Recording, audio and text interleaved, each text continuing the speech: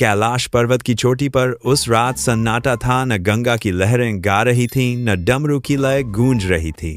परंतु उस शांति के भीतर छिपा था एक ऐसा रहस्य जिसने पूरे ब्रह्मांड की दिशा बदल दी।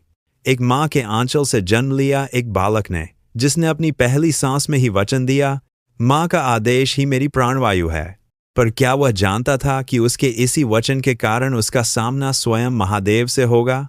क्या वह जानता था कि उसकी मासूम आंखें शीघ्र ही त्रिशूल की धार से बंद हो जाएंगी? और क्या आप जानते हैं कि सिर कटने के बाद भी वही बालक देवताओं में प्रथम पूज्य कैसे बना? हिमालय की चोटियों पर बर्फ की सफेद चादर बिछी हुई थी। दूर दूर तक केवल शांति, बर्फीली हवाएं और गहन मौन पसरा हुआ था। मगर उस मौन के भीतर छिपा था एक ऐसा रहस्य जिसकी गूंज पूरे ब्रह्मांड में सुनाई देने वाली थी। कैलाश पर्वत भगवान शिव का निवास। वहीं पर स्थित था एक दिव्य लोक जहां देवगण भी आने से पहले सिर झुका लेते थे। उस दिन वातावरण कुछ अलग था। कैलाश की गुफाओं में गूंज रही थी डमरू की मध्यम ध्वनि और मंद मंद बहती गंगा की धारा जैसे कोई अनसुना गीत गा रही थी। भगवान शिव गहन ध्यान में लीन थे। उनके चारों ओर अग्नि तेज का प्रकाश था। वहीं दूसरी ओर माता पार्वती अपने कक्ष में थीं। पार्वती जी का मन कुछ उदास था।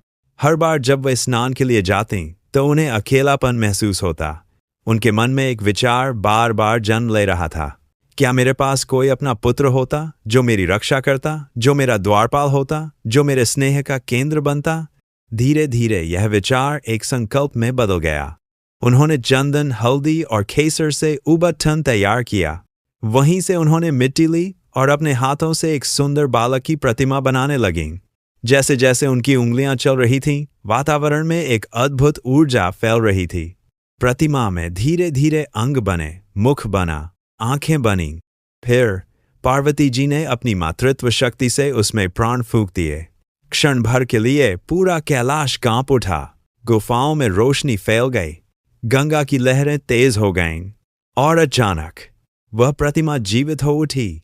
पार्वती जी उस बालक को देखकर अभिभूत थीं। उसकी आंखें बड़ी बड़ी और गहरी थीं, मानो उनमें ब्रह्मांड की गहराई समाई हो।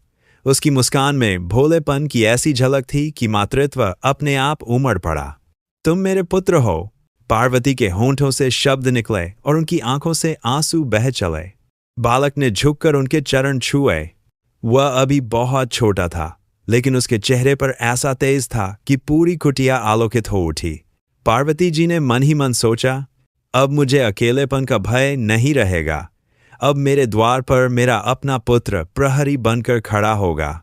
उन्होंने उसे आदेश दिया, बेटा, मैं स्नान करने जा रही हूं। जब तक मैं न आऊं, कोई भी इस द्वार को पार न करे, चाहे वो कोई भी हो, समझे? बालक ने दृढ़ स्वर में कहा, माँ, जब तक मैं जीवित हूं, कोई भी इस द्वार को पार नहीं कर सकेगा। उसकी आवाज में मासूमियत थी, लेकिन भीतर एक अद्भुत साहस की ध्वनि भी छिपी हुई थी। बालक द्वार पर खड़ा हो गया। उसकी नन्ही हथेलियों में एक डंडा था, मानो यही उसका शस्त्र हो। पूरा कैलाश चकित था। देवगण आपस में चर्चा कर रहे थे, ये कौन है? कहाँ से आया ये नया प्रहरी? इसमें इतनी शक्ति कैसे है कि देवी ने इसे स्वयं आदेश दिया है? धीरे धीरे द्वार पर पहरा एक रहस्य का विषय बन गया। उसी समय भगवान शिव अपने ध्यान से उठे और अपने कक्ष की ओर बढ़े। शिवजी ने जैसे ही उस कक्ष की ओर कदम बढ़ाया, बालक ने अपनी डंडा उठाकर कहा, रुको, यह मेरी माता का कक्ष है। बिना अनुमति कोई प्रवेश नहीं कर सकता। शिवजी क्षण भर मुस्कुराए। उन्होंने सोचा, ये कौन नन्हा बालक है जो मुझे रोक रहा है? शिव ने सहजता से कहा, मैं यहाँ का स्वामी हूँ, मुझे अनुमति की आवश्यकता नहीं। लेकिन बालक अडिग रहा। मेरे लिए सबसे बड़े आप नहीं, मेरी माँ है। उन्होंने कहा है कि जब तक वे न लौटें, कोई प्रवेश न करे। मैं अपना वचन निभाऊंगा। यह सुनकर देवगण हतप्रभ रह गए। कौन है यह बालक जो स्वयं महादेव के सामने भी झुकने को तैयार नहीं? शिवजी का तीसरा नेत्र हल्का सा लाल चमकने लगा। वातावरण में तनाव फैल गया। डमरू की गूंज रुक गई। गंगा की धारा मंद हो गई। एक अजीब सन्नाटा छा गया। शिवगणों ने बालक को समझाने की कोशिश की, पुत्र, यह तो स्वयं भगवान शिव हैं, इन्हें रोकना उचित नहीं। बालक ने कहा, मेरे लिए अभी सबसे बड़ा सत्य माँ का आदेश है। मैं किसी को भीतर नहीं जाने दूंगा। शिवगण क्रोधित हो उठे।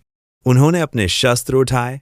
बालक ने डंडा उठाया और गर्जना की, आओ, यदि तुम मेरी माँ की मर्यादा भंग करना चाहते हो तो पहले मुझे पार करना होगा। फिर आरंभ हुआ संघर्ष।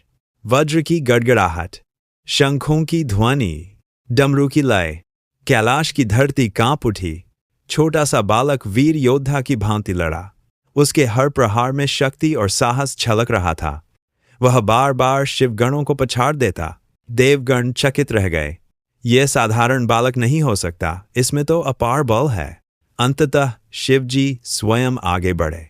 उनकी आंखों में गंभीरता थी। उन्होंने कहा, पुत्र, मैं तुम्हारे साहस की प्रशंसा करता हूं, परंतु अब तुम्हें हटना होगा। बालक ने दृढ़ स्वर में कहा, मृत्यु स्वीकार है, पर मां का आदेश नहीं तोड़ूंगा। शिवजी ने त्रिशूल उठाया। क्षण भर के लिए पूरा ब्रह्मांड स्थिर हो गया और फिर एक ही प्रहार में बालक का मस्तक अलग हो गया। पूरे कैलाश में सन्नाटा छा गया। देवगण स्तब्ध थे। पवन रुक गया। गंगा का प्रवाह धीमा हो गया। पार्वती जी स्नान पूर्ण करके लौटें। उनकी चाल धीमी थी, लेकिन चेहरे पर संतोष था। जैसे ही उन्होंने द्वार पर देखा, उनके हृदय में बिजली सी गिर गई। वहां रक्त बिखरा था। उनका पुत्र, वह बालक जिसे उन्होंने अपने हाथों से रचा था, अब निष्प्राण पड़ा था। उसका शरीर तो था, पर मस्तक नहीं। क्षण भर के लिए उनका श्वास रुक गया। फिर अचानक उनका स्वर गूंजा, ये किसने किया? उनकी आंखें लाल हो उठीं। देवगण भय से कांपने लगे। शिवगण सिर झुकाकर खड़े थे। शिव जी आगे आए और धीमे स्वर में बोले, देवी, यह बालक मेरे मार्ग में आड़े आ गया था। मैंने समझाया, लेकिन उसने हटने से इनकार किया। अंततः मुझे त्रिशूल चलाना पड़ा। पार्वती की आंखों से अग्नि बरसने लगी। उनका चेहरा काली के समान रौद्र रूप धारण करने लगा। हे महादेव, आपने मेरे पुत्र का वध किया है। अब मैं अपने स्त्रीत्व और मातृत्व की शक्ति से ऐसा प्रकोप लाऊंगी कि पूरा ब्रह्मांड कांप उठेगा। उन्होंने अपने कर कमल उठाए। क्षण भर में उनकी देह से तेजस्वी आभा फूटी। उस आभा से भयानक शक्तियां उत्पन्न हुईं। काली, दुर्गा, चामुंडा और अनेक देवी रूप। पूरा कैलाश उनके क्रोध से जलने लगा। देवगण भयभीत हो भागने लगे। ब्रह्मांड में असंतुलन फैल गया। ग्रह नक्षत्र कांपने लगे। समुद्र उफान मारने लगे। ब्रह्मा और विष्णु तुरंत प्रकट हुए। उन्होंने हाथ जोड़कर कहा, देवी, शांति रखिए। यदि आपका क्रोध और बढ़ा तो सृष्टि का नाश हो जाएगा। पार्वती का स्वर गूंजा, मेरा पुत्र लौटाओ। यदि ऐसा नहीं हुआ तो मैं इस सृष्टि को अस्तित्वहीन कर दूंगी। ब्रह्मा ने शिव की ओर देखा। महादेव, केवल आप ही इस संकट का समाधान कर सकते हैं। आपने बालक का मस्तक काटा है, अब उसे पुनर्जीवित करना होगा। शिव ने गंभीर स्वर में कहा, देवी पार्वती का क्रोध उचित है। मैं प्रतिज्ञा करता हूं कि इस बालक को नया जीवन दूंगा, लेकिन उसके लिए एक उपयुक्त मस्तक लाना होगा। उन्होंने अपने गणों को आदेश दिया, उत्तर दिशा की ओर जाओ। जो भी प्राणी सबसे पहले मिले, उसका मस्तक लेकर आओ। वह बालक को पुनर्जीवित करने का साधन बनेगा। गण तुरंत चल पड़े। वे गहन वन में पहुंचे। वहां उन्होंने एक विशाल, दिव्य, शांत स्वभाव वाला हाथी देखा। गणों ने हाथी को प्रणाम किया और उसका मस्तक ले आए। शिव ने हाथी का मस्तक उठाया। उस क्षण वातावरण में रहस्य का गाढ़ा आवरण था। देवगण सांस रोके खड़े थे। शिव ने बालक के शरीर पर हाथी का मस्तक रखा और अपनी शक्ति से प्राण फूंक दिए। एक गड़गड़ाहट सी हुई।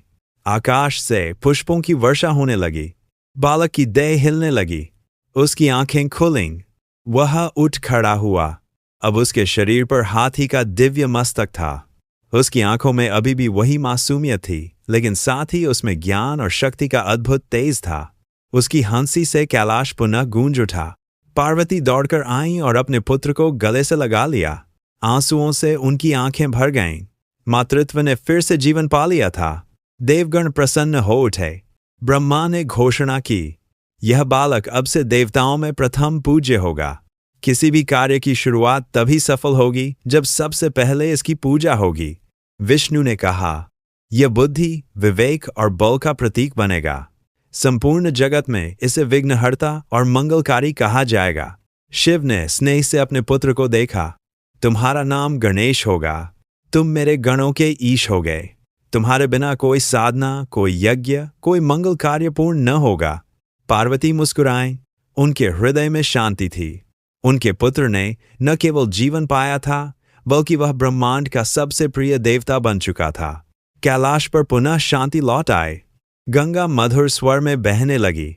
डमरू की ध्वनि गूंजने लगी। देवगण नृत्य और वंदना करने लगे। गणेश जी अपनी माँ के पास खड़े थे, भोले, मासूम और फिर भी ज्ञान के अधिष्ठाता। उनकी कथा ने संसार को यह संदेश दिया, माता के आदेश का पालन सर्वोपरि है। इन आंसव इंडियन स्टैंडर्ड एंड रैपिडन साहस और निष्ठा से ही वास्तविक महानता प्राप्त होती है, और बुद्धि के साथ साथ विनम्रता ही मनुष्य को देवत्व की ओर ले जाती है। इस प्रकार गणेश जी का जन्म केवल एक बालक का प्रकट होना नहीं था, बल्कि यह सृष्टि के संतुलन का रहस्य था। वह दिन था जब ब्रह्मांड ने अपने प्रथम पूज्य को पाया।